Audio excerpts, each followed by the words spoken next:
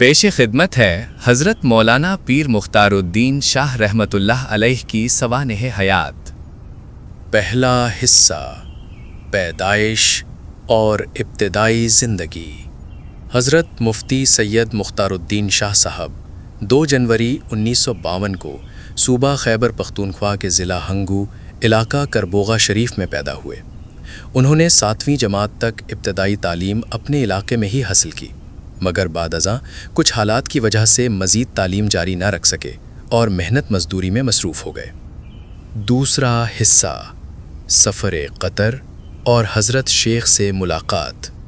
सन 1965 में सिर्फ 13 बरस की उम्र में वो वालिद साहब से 400 रुपये लेकर रोज़गार के सिलसिले में क़तर चले गए। वहीं से 1969 में वो हज के मुबारक सफ़र पर गए।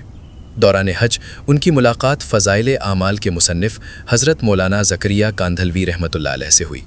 हज़रत शेखुल हदीस ने पहली ही मुलाकात में इन्हें अपने हाथों से हलवा खिलाया, अपना बना लिया और ऐसी दुआ दी जिसके समरात आज पूरी दुनिया देख रही है।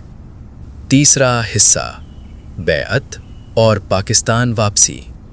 इस मुलाकात के अगले ही साल 14 दिसंबर 1970 को उन्होंने नौजवानी की उम्र में हज़रत शेख के हाथ पर बैअत कर ली।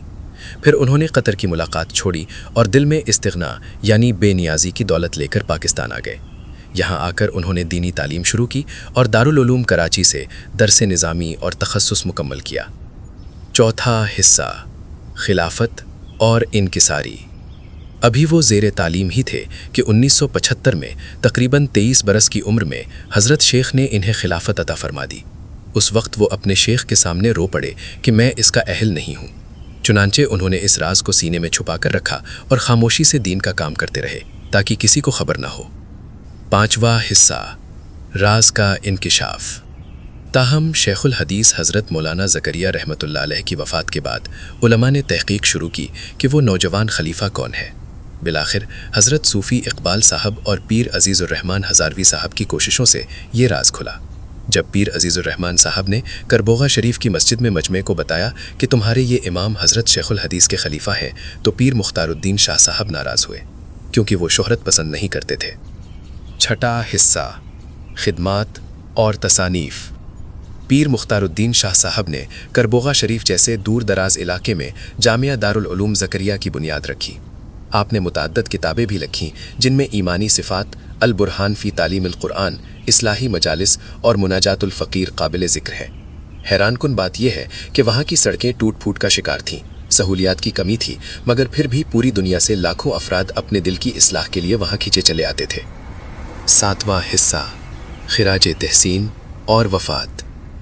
आपने शोहरत से हमेशा किनारा कशी इख्तियार की, इख्तिलाफ के बजाय इस्लाह को तरजीह दी और नफ़रत के मुकाबले में मोहब्बत को शियार बनाया। आपकी सादगी और इखलास ने बड़े बड़े दिलों को झुका दिया। जो भी आपकी महफिल में बैठता वो खाली हाथ नहीं लौटता था। बिलाखिर 29 दिसंबर बरोज़े पीर ये अजीम हस्ती इस फ़ानी दुनिया से पर्दा फरमा गई। बज़ाहिर ये जुदाई है, मगर दर हकीकत ये एक ऐसी ज़िंदगी की तकमील थी जो आने वाली नस्लों के लिए मशअल राह बन गई। अल्लाह ताला हज़रत के दर्जात को बुलंद फरमाए, आमीन। एक अहम ऐलान यह है कि हम इस चैनल पर मलफूज़ात हकीमुल उम्मत को निहायत आसान अल्फाज में पेश करने का सिलसिला भी जारी रखे हुए हैं, लिहाजा इन कीमती बातों से मुस्तफ़ीद होने के लिए हमारे साथ जुड़े रहें और लाइक और फॉलो ज़रूर कर लें ताकि खैर की ये बात फैलाने में आप भी हमारे शरीक बन सकें। जज़ाकल्लाह।